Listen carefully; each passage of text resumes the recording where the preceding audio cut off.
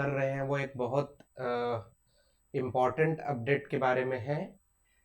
UPSC की जो प्रारंभिक परीक्षा होती है जनरली उसमें जो आंसर की है, प्रोविजनल फाइनल आंसर की है, वो फाइनल रिजल्ट के बाद 1.5 साल के बाद पता चलता है। तो इसमें करीब 20-25 अभ्यर्थियों ने सुप्रीम कोर्ट में अर्जी लगाई थी और करीब करीब सुप्रीम कोर्ट के इस सुनवाई के दौरान यूपीएससी ने अभी मान लिया है कि यूपीएससी के प्रारंभिक परीक्षा की जो प्रोविजनल आंसर कीज हैं वो अब प्रारंभिक परीक्षा के तुरंत बाद ही डिस्क्लोज कर दी जाएंगी, रिलीज कर दी जाएंगी।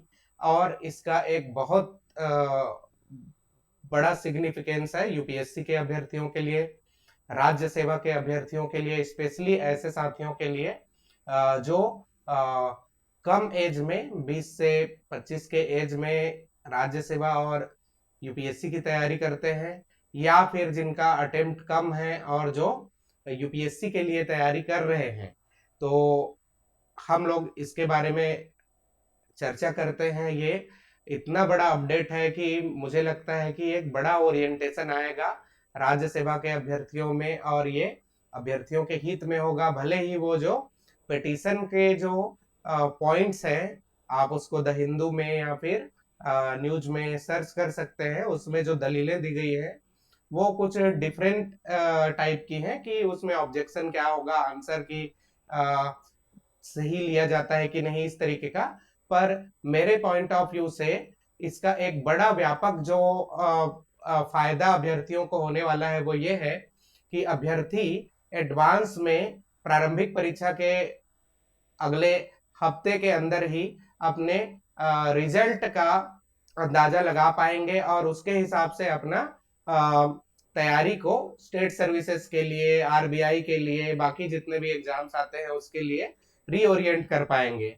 और ये एक बहुत बड़ा सुनहरा अवसर है राज्य सेवा के अभ्यर्थियों के लिए भी कि अब उनको एक और बेहतरीन मौका मिल गया है कि वो अपनी तैयारी को यूपीएससी की तरफ अग्रेसित करें, क्योंकि अब आपके लिए एक गोल्डन अवसर रहेगा कि यूपीएससी में प्रारंभिक परीक्षा के एक हफ्ते के अंदर ही आपको अपने संभावित परिणाम का अंदाजा होने लगेगा। और अगर ऐसा होता है तो आप अपनी स्ट्रेटजी को राज्य सेवा या फिर और दूसरे परीक्षा और संघ लोक सेवा आयोग के बीच में संतुलित कर सकते हैं।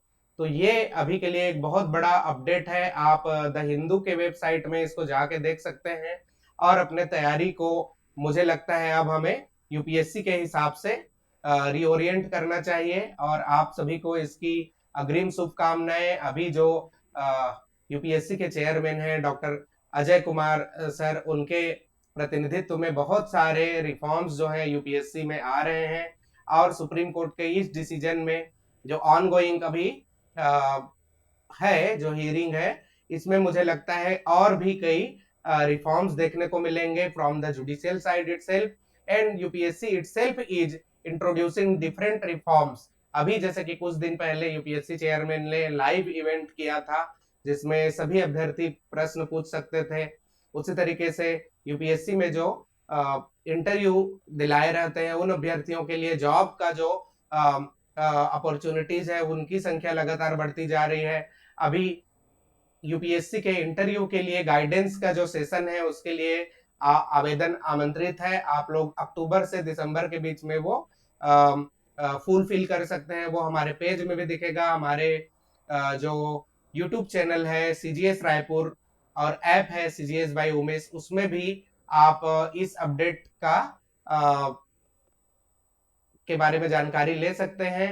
और अगर आप राज्य सेवा के या रायपुर या छत्तीसगढ़ में विशेषकर यूपीएससी के अभ्यर्थी हैं तो इसका लाभ जरूर उठाएं। आप हमारे मेंटरशिप काउंसलिंग का भी लाभ उठाएं और हमारे यूट्यूब चैनल से और ऐप से जुड़कर लगातार अपने तैयारी को बेहतर दिशा दें।